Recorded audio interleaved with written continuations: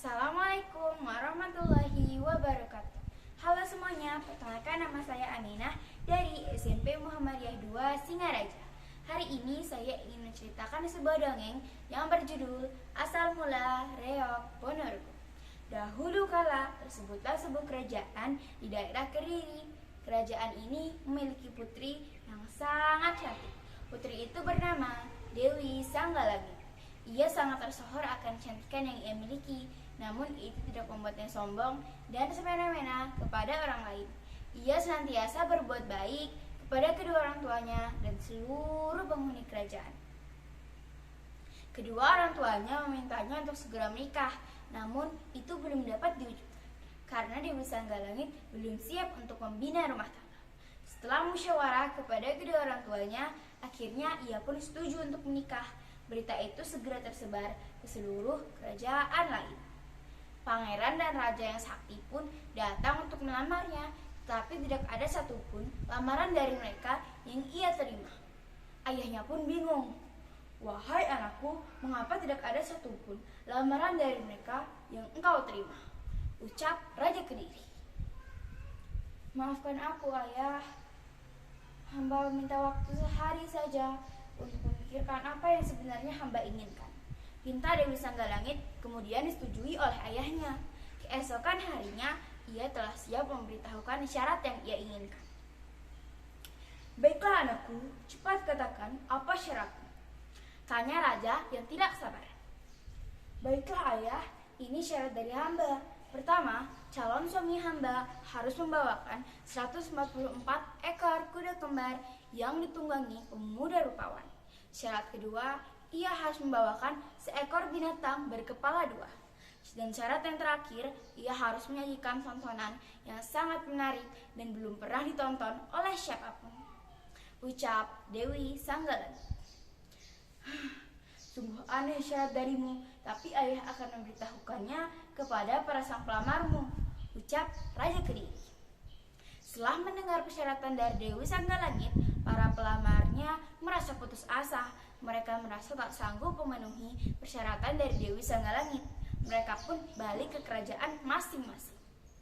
Tetapi ada dua raja yang menyatakan sanggup dari persyaratan Dewi Sanggalangit, yaitu Raja Kelana dan Raja Singabarong.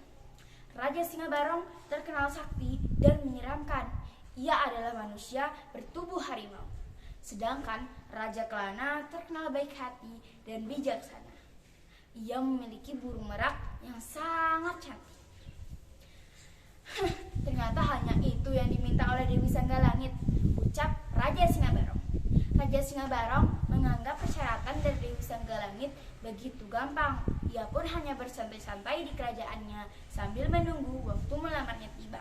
Sedangkan Raja Kelana telah mempersiapkan segala hal, tapi ia kekurangan satu hal, yaitu seekor binatang berkepala dua. Ia pun turun tangan untuk mencari binatang itu. Raja Singabarong yang mendengar kabar bahwa Raja Kelana telah mempersiapkan segalanya, ia merasa iri dan dengki. Ia ingin merebut segala persiapan dari Raja Kelana. Ia pun menyiapkan serangan untuk Raja Kelana. Tiba-tiba di perjalanan Raja Kelana, ia diserang oleh Raja Singabarong. Burung merak yang bertengger di bahu Raja Kelana pun loncat ke bahu Raja Singabarong. Burung merak itu mematuki kutu yang ada di bulu Raja Singabarong. Raja Singabarong merasa geli. Serangannya kepada Raja Kelana pun meleset. Raja Kelana yang mendapatkan serangan dari Raja Singabarong, ia ingin membalas Raja Singabarong. Ia mengeluarkan cambuk saktinya dan mencambuk leher Raja Singabarong. Setelah itu, kepala Raja Singabarong menyatu dengan burung merak itu. Seolah-olah mereka adalah binatang berkepala dua. Raja Kelana pun memanfaatkan itu sebagai seekor binatang berkepala dua. Ia pun pergi ke kerajaan Dewi Sanggalangit untuk menyerahkan segala persiapannya.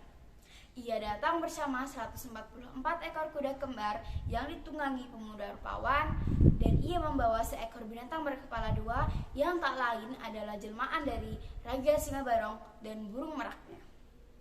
Rombongan Raja Kelana mempentaskan sebuah permentasan musik yang diiringi oleh gamelan, gendang, dan trompet aneh. itu menciptakan musik yang sangat indah. Dewi Sanggalangit yang melihat pementasan dari Raja Kelana, ia sangat takjub. Ia pun setuju untuk menikahi Raja Kelana. Nah, Raja Kelana dan Dewi Sanggalangit pun akhirnya menikah. Pementasan yang dilakukan oleh rombongan Raja Kelana itu pun sekarang dikenal sebagai kesenian reok Ponorogo. Sekian dongeng dari saya. Mohon maaf bila ada kesalahan. Ada beberapa hal yang harus kita ambil dari dongeng ini, yaitu kita tidak boleh iri dan dengki kepada satu sama lain. Dan kita harus senantiasa berbuat baik seperti halnya yang dilakukan oleh Dewi Sanggalangit. Wassalamualaikum warahmatullahi wabarakatuh.